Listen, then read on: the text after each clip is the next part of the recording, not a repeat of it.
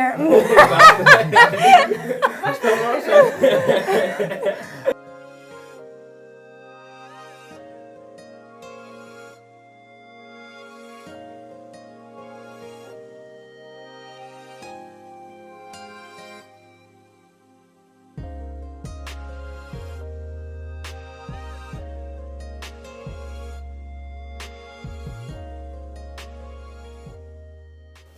Bonjour, je suis Mackenzie. Je présente ma femme Perel.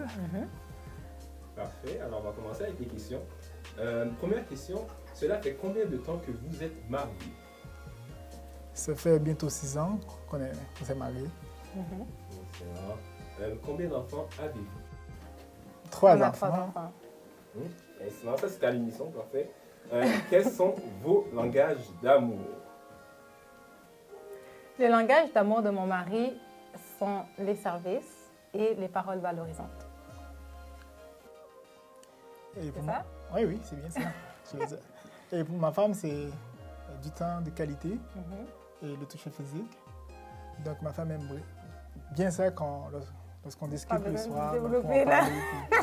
parle, elle aime. Niaiser. Ouais, donc quand on parle ensemble, c'est rarement qu'on a du temps pour parler vraiment longtemps. Mais quand ça arrive, là, ma femme est vraiment contente, elle apprécie ça. Donc c'est quelque chose qu'elle aime vraiment beaucoup, passer du temps avec son mari. Excellent. Prochaine question. Comment saviez-vous qui était le bon versus la bonne? On va commencer avec. Moi, je dirais pas pour moi, Marquez n'était pas le bon, mais Marquez était bon pour moi. Puis je trouve que ça fait une différence parce que souvent aussi, on entend la phrase « Ah, l'âme sœur, c'est mon âme sœur et tout ». Puis après, quand ça ne marche pas, on dit quoi? Est-ce qu'il y a une autre âme sœur? Donc, moi, je pense que aussi Dieu nous donne des principes dans la Bible. Puis, j'ai vu que Marquez répondait aux principes que Dieu donne dans la Bible. Comme par exemple, il croyait en Dieu, il voulait suivre Dieu, il m'aimait, il prenait soin de moi. Mais ça, c'est le point aussi qui était marquant. Il sortait du lot, là, j'ai vu qu'il m'aimait beaucoup. Mais- Puis j'ai dit, waouh, je vais aussi l'aimer. Mais Puis ça, j'ai dit oui. mais tu ne me l'avais pas dit au début. Quand Oui, tu mais parce que fréquentais, là, je pense qu'une femme doit garder ça pour elle, là. Sinon, il faut jouer la dure au début, puis après. Mais c'est comme ça que je vois les choses. Mais Je sais pas, bon. moi, ça m'a fait en sorte, ça m'a fait encore t'aimer encore plus parce que j'ai pas trop aimé dans ma culture. Donc on n'aime pas quand les choses sont faciles. Donc de courir pour une femme, comme tu l'aimes, si tu sois avec. Donc à chaque fois que j'essaie de te rejoindre au téléphone, j'essaie de te parler, puis tu me rejettes un peu là. Puis ça m'a encore encouragé plus parce qu'il dit, ah, il y a quelque chose de bon en elle. Donc je crois encore plus vers elle. Donc je dis, ah, ça se peut, vraiment elle est sérieuse. Donc moi j'aime ça. Donc chercher quelque chose de difficile, rencontrer une femme très difficile. Donc ça c'était ma passion.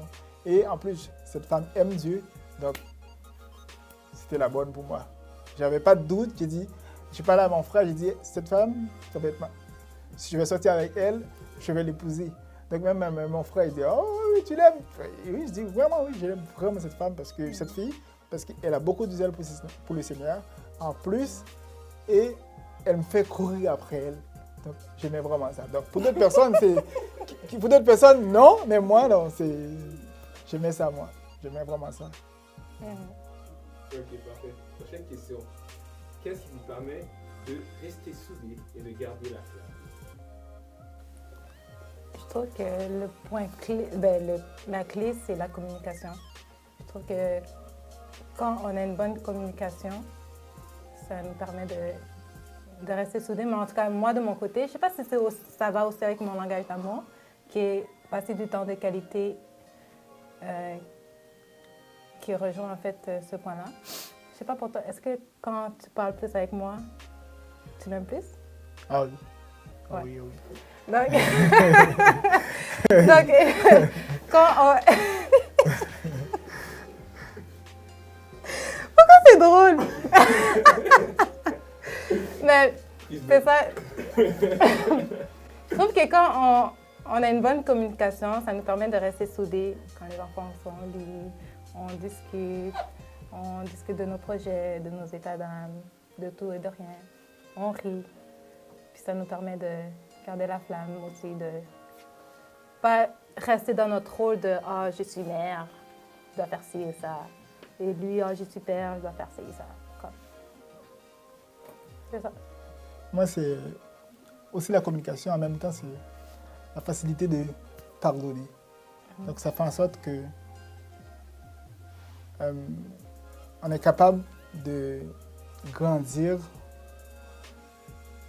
sans être fâché longtemps. Donc, s'il y a quelque chose qui se passe, on se pardonne très vite, puis on continue notre projet. Donc, ça fait en sorte aussi, quand elle veut, par exemple, quand on entame des projets, regarde, elle est toujours là avec moi, puis elle n'a pas peur de prendre des risques.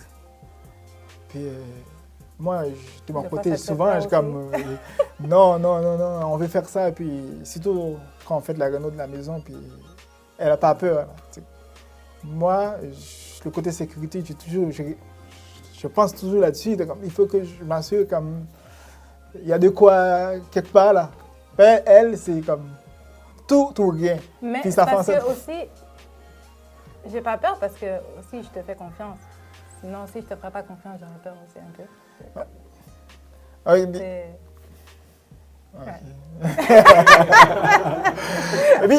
mais après, comme par exemple, elle va me demander des choses que au début, je trouve ça dur.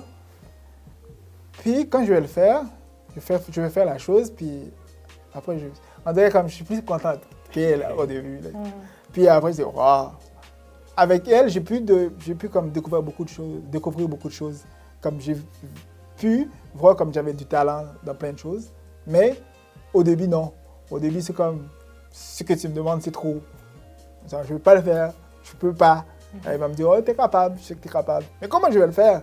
Tu es capable. Et finalement, donc, avec elle, j'ai appris à faire beaucoup de choses. Puis c'est ça qui m'a amené vers la construction, qui fait en sorte que j'ai pu retaper ma maison au complet, du début jusqu'à la fin. Donc la maison est bientôt finie. Donc. Comment Dieu influence-t-il votre relation? Bon, je peux dire, sans Dieu, ça pourrait être très, très, très difficile. Parce qu'il y a des hauts, il y a des bas dans une relation. Donc, avec Dieu, c'est plus facile à vivre en amour. Et moi, je sais que je prends toujours l'exemple de Jésus-Christ qui s'est donné pour son Église. J'ai appris aussi à me donner pour ma femme parce qu'on compare ce texte souvent, Marie, aimez vos femmes comme Jésus-Christ a aimé l'Église. Donc, ça a fait en sorte que je puisse aimer ma femme comme Jésus a aimé l'Église.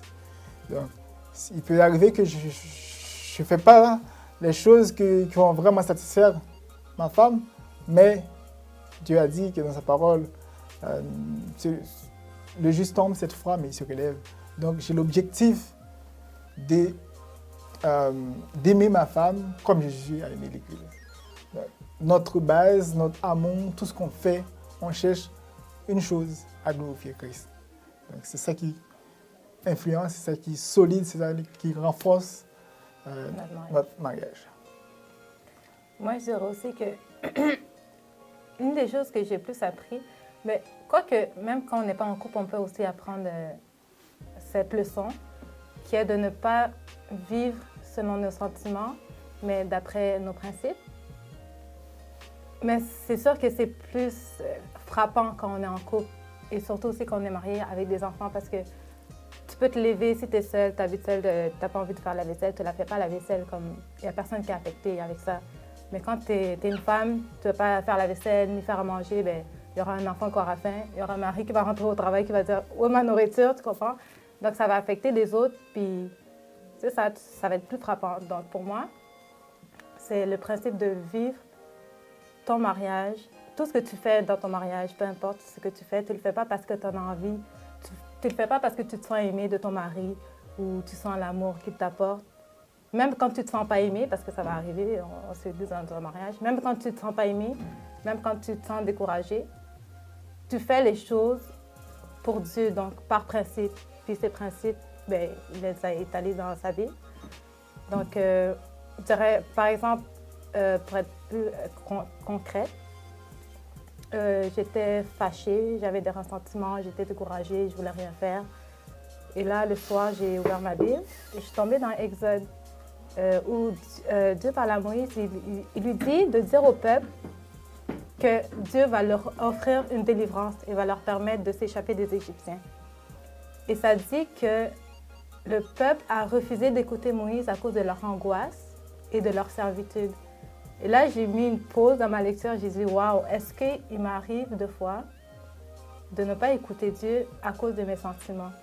Vraiment, la réponse était claire devant moi. Elle est oui. Parce que j'avais mal agi.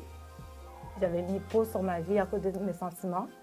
Puis là, le soir même, je me suis assise avec Marie-Quinze, puis on en a parlé. Maintenant, on est devant vous, ça va bien.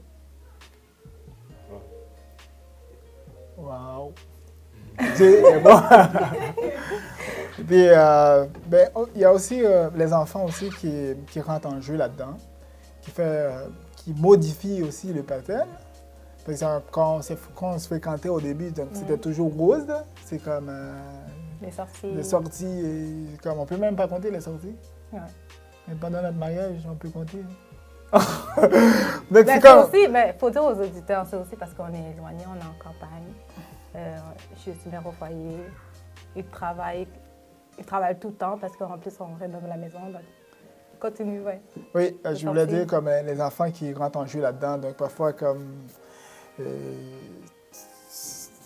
il y a des choses qui peuvent te déranger déjà dans ta vie. Puis, par exemple, moi, quand je fais mes travaux, il y a les enfants qui arrivent, qui déplacent mes affaires, et je cherche, puis ça peut changer mon humeur, parce que j'en ai besoin là, et puis je n'ai pas la faire. Et puis, donc, c'est toutes ces choses comme tu dois comprendre, comme tu dois travailler ta patience. Et quand je demande la patience, donc ces choses vont arriver pour que j'ai de la patience. Tant aussi longtemps que je n'ai pas encore la victoire là-dessus, donc je ne vais pas me laisser aller comme ça parce qu'il veut que je l'aie. Donc, c'est appris aussi comme, à être patient comme Jésus-Christ est patient. Donc, c'est là que j'ai compris vraiment c'est quoi vraiment la patience de Jésus pour nous. Donc, pour la femme qui est morte pour, en sachant que cette femme va l'accepter après, par la suite. Donc, Jésus est mort pour la femme l'a crucifié, et quand même, il est mort pour. Donc, j'ai appris vraiment comme, il ne faut pas vraiment attendre à ce que ma femme fasse telle chose pour moi. Il faut que moi, je donne, parce qu'il y a un verset qui dit il y a plus de bonheur qu'à donner qu'à recevoir. Par contre, souvent je pense l'inverse. J'attends qu'elle me donne, puis pourtant ça n'arrive au moment voulu. Mais Dieu fait en sorte que ces versets viennent, arrivent dans ma tête, et quand je pense à ça, donc je dis waouh, Dieu, tu es grand, tu es patient, tu es amour. Donc, en gros, je peux dire comme sans Dieu, il n'y a pas d'amour. Je ne sais pas pourquoi que les gens se marient s'il n'y a pas de Dieu dans leur vie. Excusez-moi, ça vous fait le corps. De toute façon, vous allez couper. Quoi. De